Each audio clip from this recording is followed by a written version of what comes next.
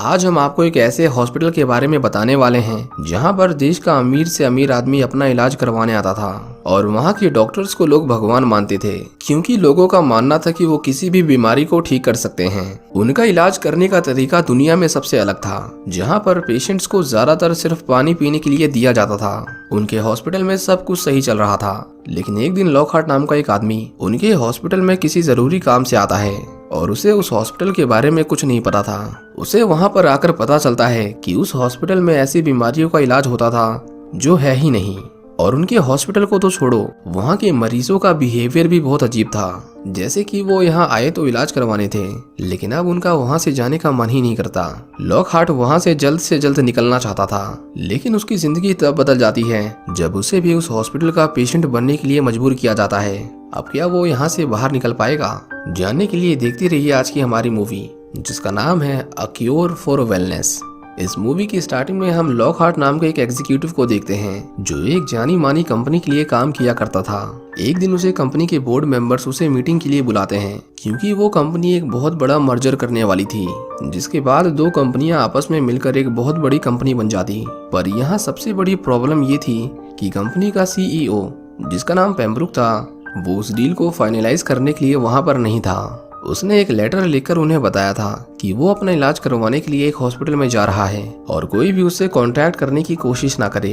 अगर कुछ दिनों में ये डील फाइनलाइज नहीं होती तो उनकी कंपनी बैंकरप्ट हो जाती। इसीलिए वो चाहते थे कि लॉकहार्ट उस हॉस्पिटल में जाकर पेम्ब्रुक को वापस ले आए, क्योंकि वो बहुत जिद्दी आदमी था और वो किसी की नहीं सुनता था। इसके बाद हम देखते हैं कि लॉकहार्ट अपनी माँ से मिलने जाता है, जो एक वृद्धाश्रम में रहा करती थी। उनका दिमागी संतुलन थोड़ा खराब हो गया था। लॉकहार्ट उसे कहता है कि वो कुछ दिनों में वापस लौट आएगा, तब तक के लिए वो अपना ध्यान रखे। इसके बाद वो शहर के लिए निकल जाता है जहाँ पर वो हॉस्पिटल था। उसे एक ड्राइवर पिकअप करने आता है, जिसका काम था अमीर लोगों को ट्रेन स्टेशन से उस हॉस्पिटल तक लेकर जाना, जो एक ऊंची पहाड़ी पर बनाया गया था। वो ड्राइवर लॉकहार्ट को उस बिल्डिंग का इतिहास बताने लगता है। वो कहता है कि 200 साल पहले वहाँ पर बैरोन नाम का एक नवाब रहा करता था और वो नहीं चाहता था कि उसके परिवार के अलावा उसके बच्चे में किसी और का खून हो। इसीलिए उसने अपनी ही बहन से शादी करने की कोशिश की, पर शादी के दिन चर्च वालों ने उसके इस फैसले का विरोध किया और उनके बीच में इतना तनाव बन गया था कि चर्च वालों ने उसे और उसकी बहन को जिंदा जला दिया। लॉकहार्ट को उस हॉस्पिटल का इतिहास काफी दिलचस्प लगा। इससे पहले वो उसके बारे में और जान पाता, वो हॉस्पिटल पहुंच जाते हैं। वो वहाँ की रिसेप्शनिस्ट को पेम्ब्रुक से मिलने को कहता है, पर उसने वहाँ पहुँचने में देर कर दी थी, क्योंकि पेशेंट से मिलने का समय खत्म हो चुका था। लॉकहार्ट उससे रिक्वेस्ट करता है कि वो बहुत दूर से आया है और उसका उनसे मिलना बहुत जरूरी है। जिसके बाद वो उसे एक डॉक्टर से मिलने के लिए कहती है जो पेम्ब्रुक का इलाज कर रहे थे। वो देखता है कि वहाँ पर मरीजों का इलाज सिर्फ पानी से किया जाता था, क्योंकि उनका मानना था कि इंसानों के शरीर में 65% पानी होता है और अगर उसे प्योर कर दिया गया तो वो आदमी हमेशा हेल्दी रहेगा। लॉकहार्ट उस डॉक्टर को पेम्ब्रुक को वहां से ले जाने के लिए कहता है, पर वो डॉक्टर उसे साफ साफ मना कर देता है, क्योंकि उसका मानना था कि वो अभी भी बीमार है। ये सुनकर लॉकहार्ट थोड़ा गुस्सा हो जाता है, क्योंकि वो 4000 मील दूर से उससे मिलने आया था और उसे किसी की ना सुनने की आदत नहीं थी। वो डॉक्टर उसे कहता है कि आज शाम उनका एक ऑपरेशन होगा और उसके बाद अगर वो चाहें, अगर उनकी इच्छा हो तो वो यहाँ से जा सकते हैं।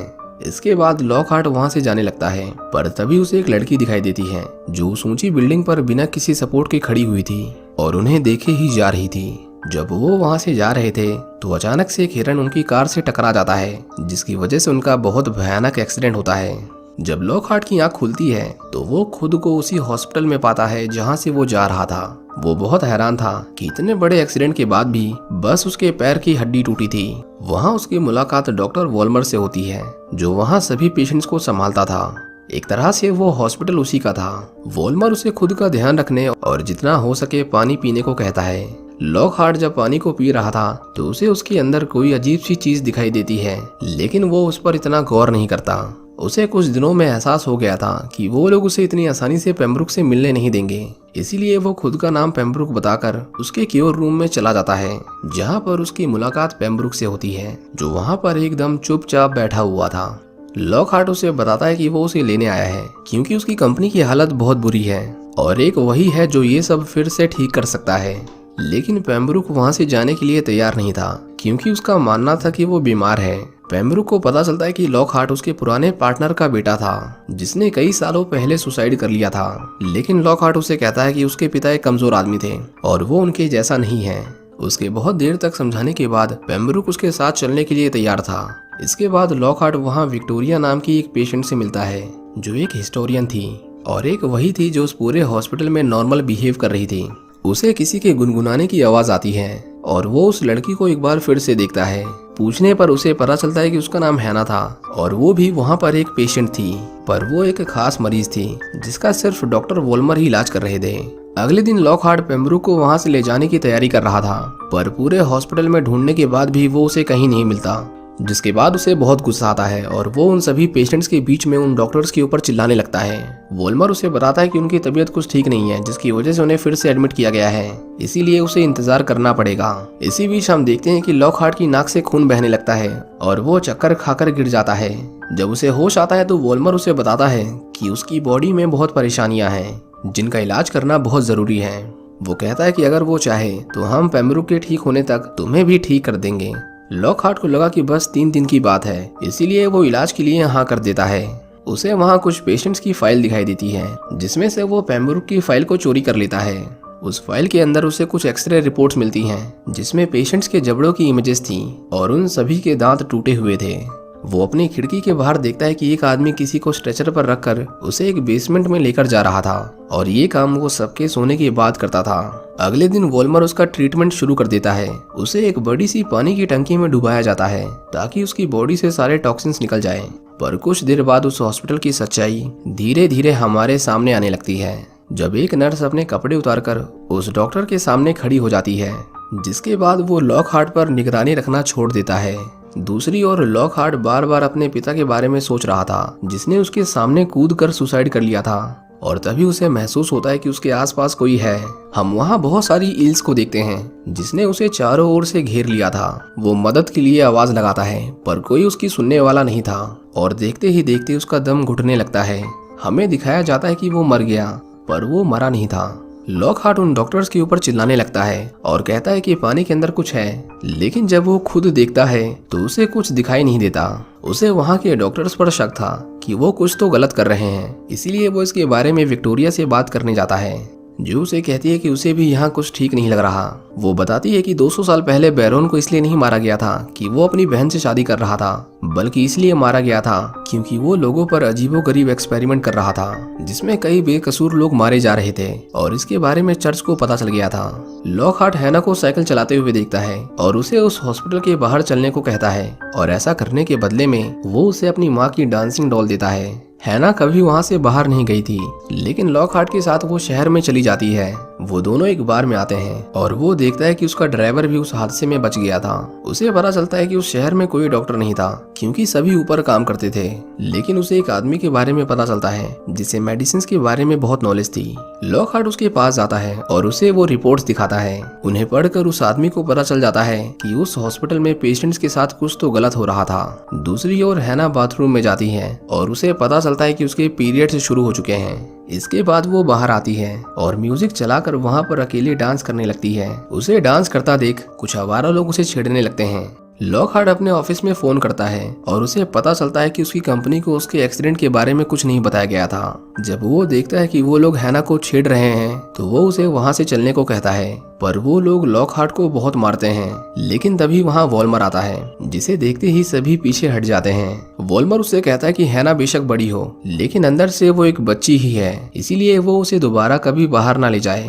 एक रात लॉकहार्ट जब खुद को शीशे में देख रहा था तो उसकी नजर अपने दांत पर पड़ती है। वो जब उसे हल्का सा बाहर खींचता है तो उसका पूरा दांत ही बाहर निकल जाता है। वो घबरा के नर्स के पास जाता है और उसे अपने दांत के बारे में बताता है, लेकिन उसे ऐसा महसूस होता है कि उन्हें इससे ज्यादा कुछ फर्क नहीं पड़ रहा था। इसके बाद लॉकहार्ट तुरंत वहाँ रखी फाइल्स में पेम्ब्रुक के रूम नंबर को देख लेता है और उसके बाद वो सबकी नजरों से बचते बचाते उस रूम की ओर जाने लगता है। लॉकहार्ट उस रूम में वो देखता है जिसके बारे में उसने कभी सपने में भी नहीं सोचा होगा। उस रूम में बहुत सारी बॉडीज थी, जिसमें पेम्ब्रुक भी शामिल था। वो उस ग्लास के टैंक को तोड़ने की कोशिश करता है, लेकिन उसे तोड़ पाना इतना आसान नहीं था। इसका मतलब ये था कि जो कोई भी वहां से जाने की कोशिश करता था वो उसे मार देते थे।